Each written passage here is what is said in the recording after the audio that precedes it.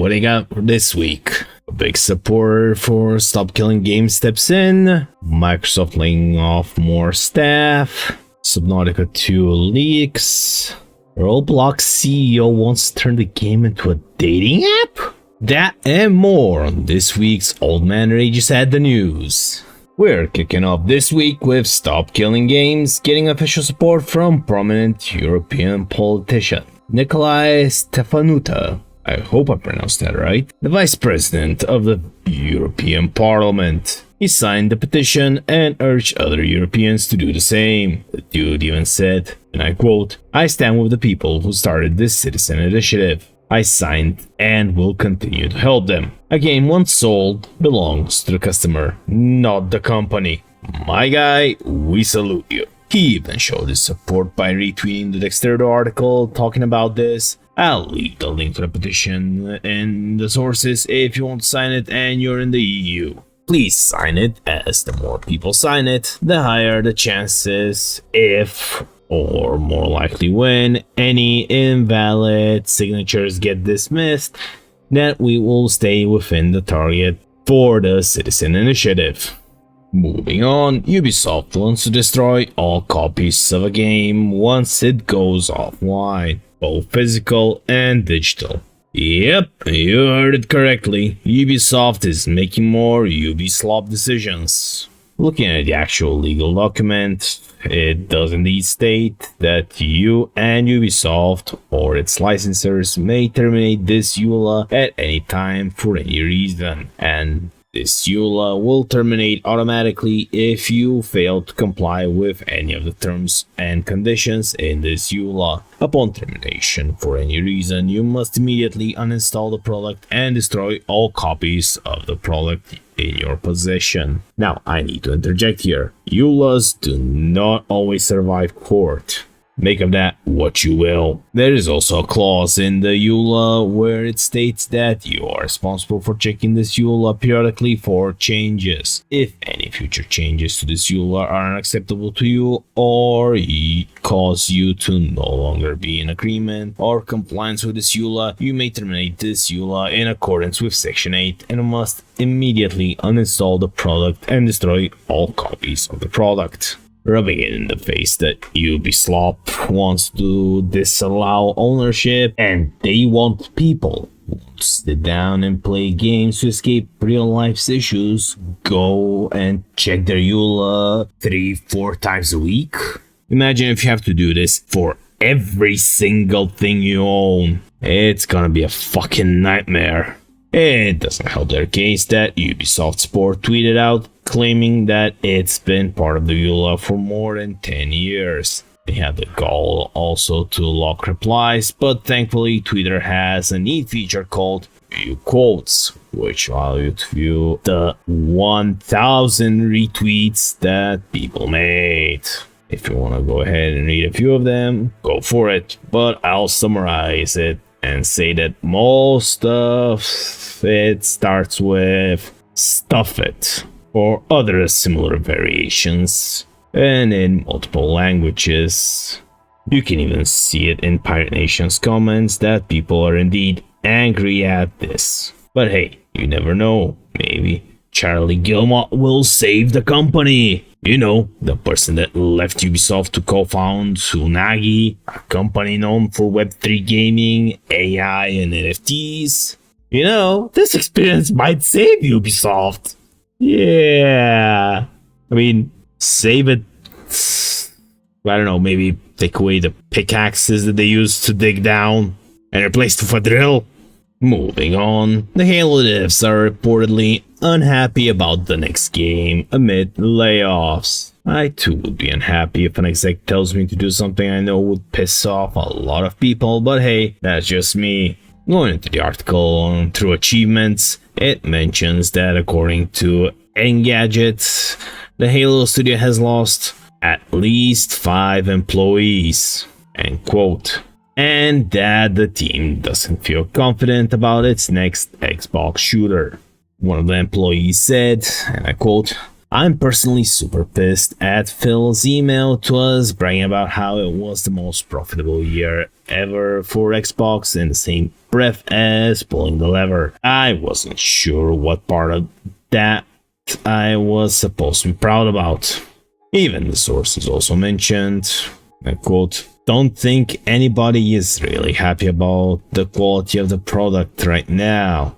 There's been a lot of tension and pep talks trying to rally folks to ship. Because this screams a company does great, alright? Having to fire people to save me the record profits while also trying to, boost the morale. Yeah, what a record-breaking company right there." You also then have to look for many reasons why you shouldn't be happy with Halo products right now, since they become a virtue signal instead of what Halo was back in the day, an actual shooter game that wasn't pandering to anything.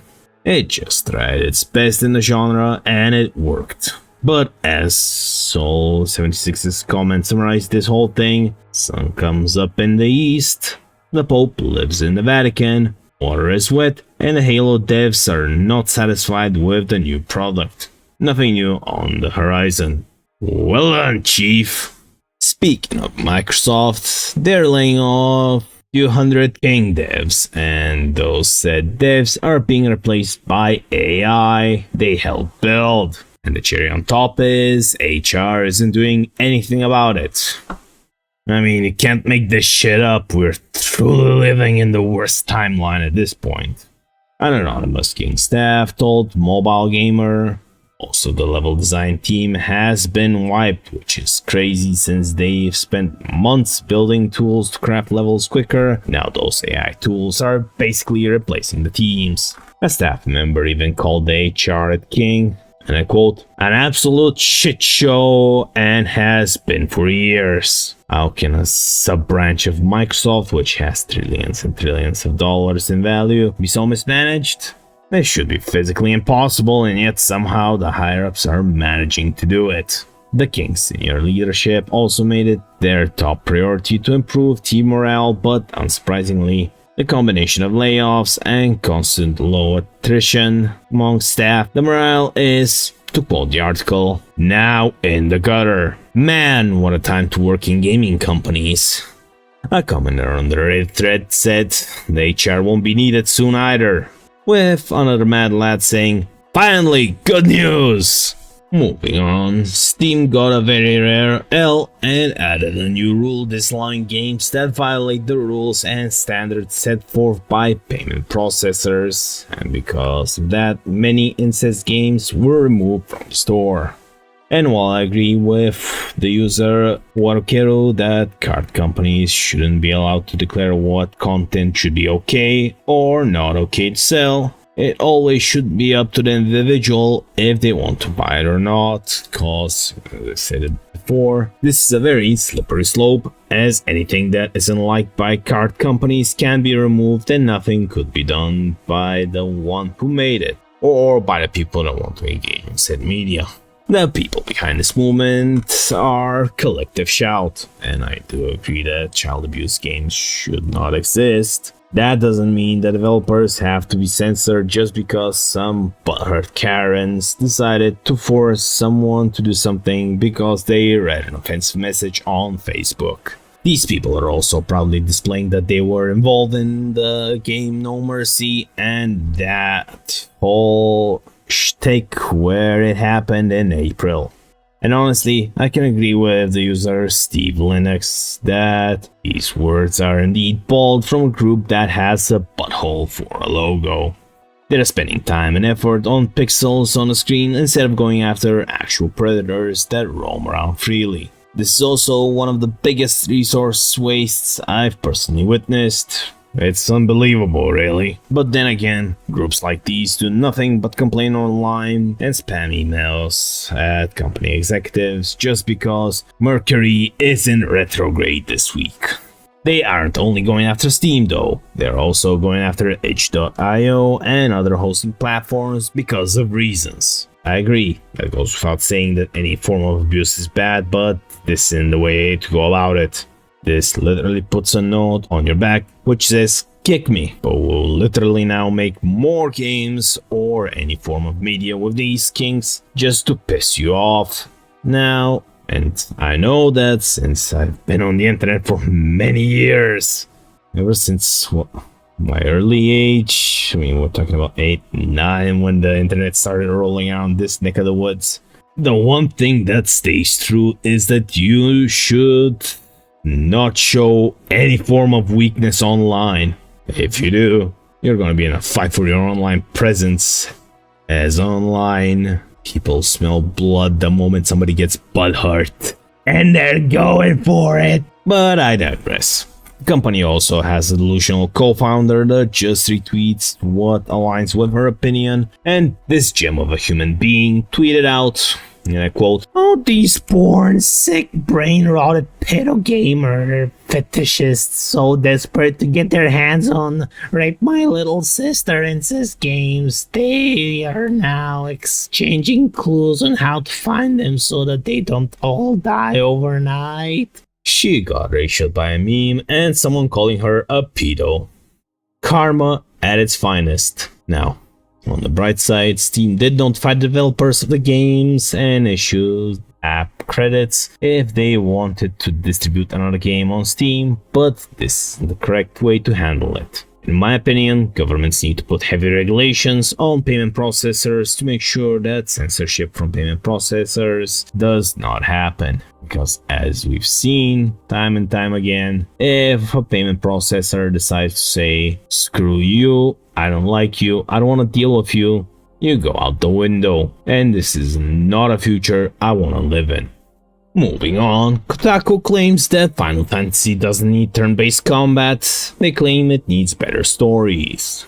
Oh brother, if Final Fantasy needs better stories, Kotaku needs better writers. Anyways, this gem of an article starts off by mentioning Clair Obscur and how it took everyone by surprise. It also mentioned the approach of the game. It's the cure for everything that ails Final Fantasy by delivering old school take on the genre that's less flawed than Final Fantasy XVI and Final Fantasy VII Rebirth. Then they quote Naoki Yoshida about Clair Obscur, but that isn't why we're talking about this.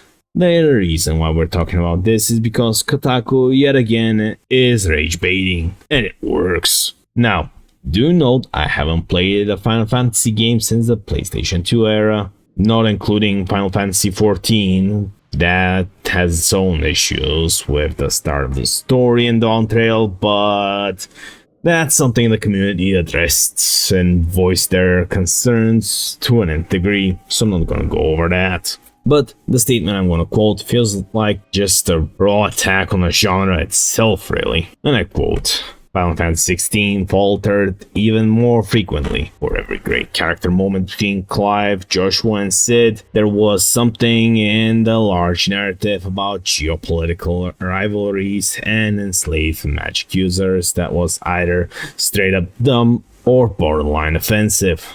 It feels like this is just there because it doesn't fit the perfect story that Kotaku wants to see at this point. I'm not gonna be surprised even if the writer is like, "Oh, I'm offended, let's write that article." Anyways, their Twitter post got 1.6 million views and only a measly 500 likes. Even Endymion wrote, and I quote, "Bad stories. Uses Final Fantasy XVI, one of the best stories in the franchise in a long time. You can't be serious. No wonder you guys are falling apart." Now that I think about it, my money is somebody shoving a prompt in ChatGPT or Grok or whatever they could get their hands on. Said, write something that shits on the story in Final Fantasy games and make it focus on 16 specifically because I hate the story. Wouldn't be surprised really if something like that happened at this point. This Kotaku we're talking about here. Moving on, Master of the TDS posted Subnautica 2 leaks. These documents show that the scope of the game was introduced but restricted multiple times during development. The documents outline several major changes. The three more notable ones were systems like biodomes and ecosystems, and ecosystem restoration were removed. Narrative content was cut down from 2 chapters to 1, and the features that were removed were replaced with entirely new systems like farming, automation, and online integration. To quote Master of TDS, some are claiming the developers failed to deliver, but the data tells us a different story. When the scope shifts this often, consistent delivery becomes nearly impossible. Which I agree with. This makes it look like Krafton was trying to just delay the game as much as possible just so the developers don't get the bonus. Oh, and by the way, Krafton admits that these leaks are real. Make of that what you will. Moving on, Ghost of Yotei's new trailer isn't doing very well. PlayStation posted a short video on Twitter showing off armor customizations for Ghost of Yotei, and people are not liking it. Keep in mind that the PlayStation account has over 42 million followers and it's only got 177k views. And literally the first comment I see is, and I quote, "I'll be non-binary." Bear in mind, the game's lead actor, Erika Ishii, called for an abolishment of the police loudly on Twitter. Man, talk about stepping on a landmine when hiring some people. I also don't like how the main character looks, but I mean, I'd say that's just me. Everybody is like, yeah, that's a bad character design, so that also doesn't help. It literally appears as if they grabbed a random NPC off the streets, put the camera on him, and told them, just wing it! No, wait, now that I think about it, this actually will be a better story than what we're getting so far, at least according to the snippets. Like, cool, you showed us customization. Now, can you show us more than just that? Now, instantly, PlayStation, if you need help marketing, give me a call. It'll be much cheaper and better than this attempt at marketing. And now for something that screams a bad idea. The CEO of Roblox, David Baszucki, I'm not even gonna bother correcting that if that was wrong, wants to add dating to his game, which is primarily played by children. Yep, life's fucked. Now, this isn't the first time the CEO had this delusion on display. In 2023, he took his crazy pills and wanted Roblox to enter the dating market, specifically for adults. And now, he's back at it again. Now, it's good that there is age restriction put in place to section of the user base. However, even the article points out that in voice chat you can hear children in Squid Game recreations because they use their parents' ID. And you're expecting to believe that only adults could use them. Now, if you believe that, I have a great idea for building a second moon, and you'll be a good investor. No, scratch it, a great investor. Anyways, the CEO also mentioned, I think a lot of people who are too afraid to go on a real life date might find it easier to have a virtual date to start. My brother in Christ! This will worsen the loneliness problem that's currently going on. Worst of all is that he is a father himself and he doesn't understand how bad of a problem this can get. This has the potential to allow minors to meet with adults, and we don't know what can happen from there, but I mean, common sense be damned in this day and age. Speaking of common sense, or the lack thereof, they revealed the requirements for Tales of the Shire. And it's absolutely hilarious how bad it is. It recommends an Intel Core i5 10600 and an RTX 3060 Ti. Keep in mind this is just for 1080p 60 FPS. And keep in mind the graphics of this thing. We're looking at PS1 Hagrid for crying out loud. Now, here's the kicker. Wanna know what other game has similar recommendations? Well, it's not a game, it's a DLC for a game, but with it did boost everything across the board, so the recommendations naturally jumped up. We're talking Cyberpunk 2077's Phantom Liberty expansion. You just bump the CPU up a bit and there you go, exactly the same requirements. Imagine, just one part, and you match Phantom Liberty's system requirements. What the hell coded this shit? Even the article mentions that the games like Palia, Disney Dream Valley do not require anywhere near what this game is asking. Hell, even Elden Ring isn't asking for what this game is demanding from players, and that game was released in 2022. What the hell? Naturally, PC Gamer will do what PC Gamer does best, and that's bootlicking. They called the system requirement so light that you'll be able to play it on an actual potato. Well, yes, these aren't the steepest requirements, but as previously mentioned, there are games similar in graphic style that weren't as demanding as this. I mean, for crying out loud, if you're trading blows in system requirements with Cyberpunk and Elden Ring, and you say, oh, it's a cozy life game, I seriously question what was coding your game. Moving on, Nintendo adds more rules for sensitive content. This is allegedly made to slow down the, quote, lot of low-effort slog content. But this is just another way for Nintendo to control what content goes on their platforms in reality. And this was indeed quietly made because they didn't bring any attention to it. So, it could be an attempt to get rid of specific games that the companies may not like. Possibly. Knowing Nintendo, they can just make things up and just remove a game. Now, the new rules cover how many games can be sold in a bundle, restrictions on sensitive content, prohibition on inaccurate product descriptions, and when and how product information can be updated. Now, I do understand removing illegal content that sexualizes children. However, to throw in overly sexualized content in there while allowing hentai games to exist on your platform is hypocrisy.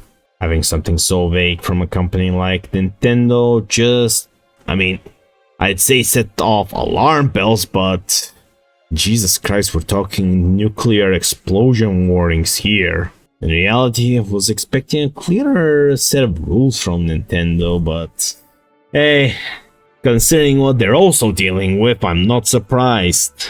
What that would be, you ask? The Pal World lawsuit, of course. Nintendo is also taking desperate measures on that front as well. Now, a quick recap. Nintendo is suing Pocket Bear for patent infringement in Japan. Nintendo alleges that 3 patents in total were infringed upon, 2 about capturing monsters and 1 about riding them. Pocket Bear's defense included other games that use similar mechanics, which none were persecuted by Nintendo for any form of damage, and how they demonstrated it. Bound switch mechanic 6 months prior to Nintendo filing for the patent. Nintendo then decided to change its patent about switching rides in midair. Yep, moving the goalposts cause they want to bleed the game dry. Even Florian Muller, founder and publisher of Games Frey, patent specialized IP Frey, said that this is bizarre. The user Expensive Bison 657 put it best. People have been begging for a proper open world multiplayer Pokemon game for decades, 20 years at least. Nintendo has nobody to blame but themselves. One of the biggest companies, biggest franchises in the history of the world, a 25+ year head start, helped build the video game industry, and they've gone beaten to the punch hard by a fucking indie developer. Fucking embarrassing. Now, I'm not a legal expert in any way, shape, or form, so just leave a link to Legal Mindset explanation of the latest update on the lawsuit from the perspective of a lawyer. Let's just say, Nintendo, you ain't beating the Elite Four at this pace. Moving on, a new in-development Guilty Gear game was cancelled. The anonymous sources mentioned that the cancellation took place within the last couple of weeks, but no reason was given behind it. Insider Gaming did reach out to Arc Systems Works for comment, but didn't hear from the publisher. The in-development game didn't get an official announcement, but when asked what it means for the future of the series, one of the sources said, "Back to the drawing board."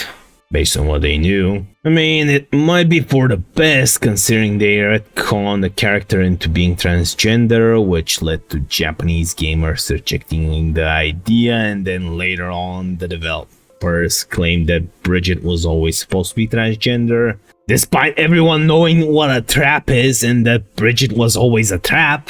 Anyways, in other news, Wuchang Fallen Feather will release in 3 days, and it's already looking good for them. The game managed to reach 13th place in Steam's top sellers and top 30 in the wish lists. The reason why I bring this up is I'm confident it will easily outsell Ghost of Yotei. Like, look at the main characters side by side.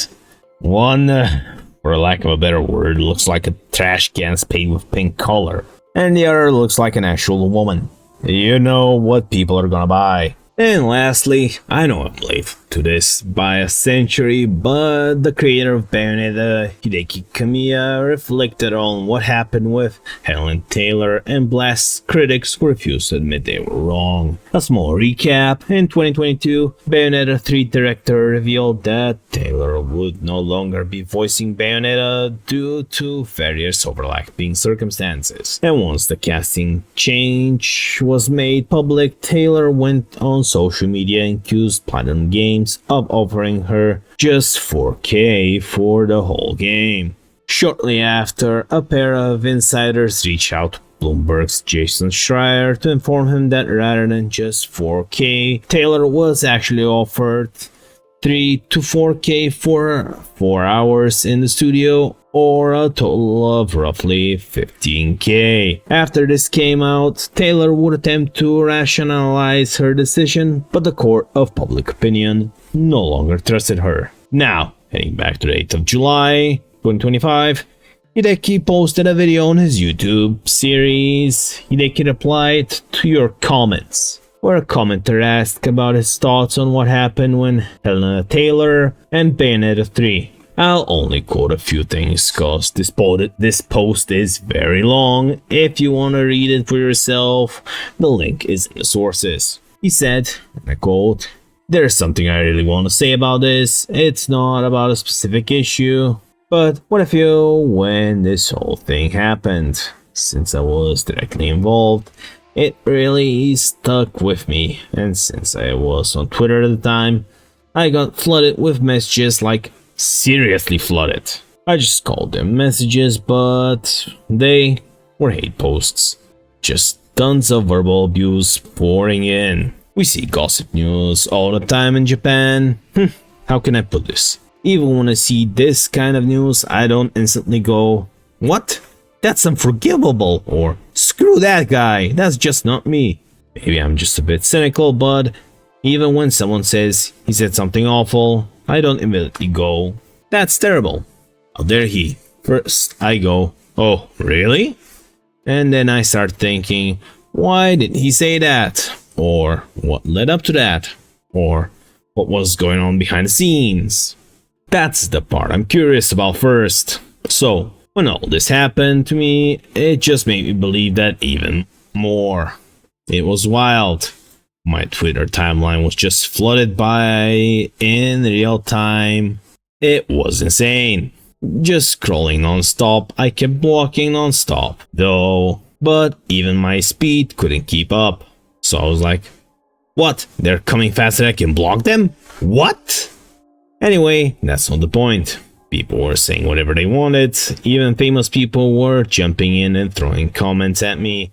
And then, once things calmed down, I went back and looked, and they had quietly deleted their tweets. Hey, apologize to me first before you do anything sneaky. That's some real coward shit. You posted publicly on social media, right? So if you were wrong, you should publicly admit it. Say, hey, I messed up, own it. At least that's how I try to be. I may act like this, but I do have my own code. If I'm not wrong, then no, I absolutely won't apologize. No chance. But when I'm wrong, I'll own it properly. And to finish it off, Kamiya just stated, man, that was seriously lame. I'm the kind of guy who really holds on stuff like that. I'll probably keep bringing this up forever. Now, And if you take anything out of this, never jump on a bandwagon, wait for cooler heads to prevail, and the truth will come out. But that's the end for this week's recap. If you liked the video, hit the like button, subscribe, and I'll see you next time.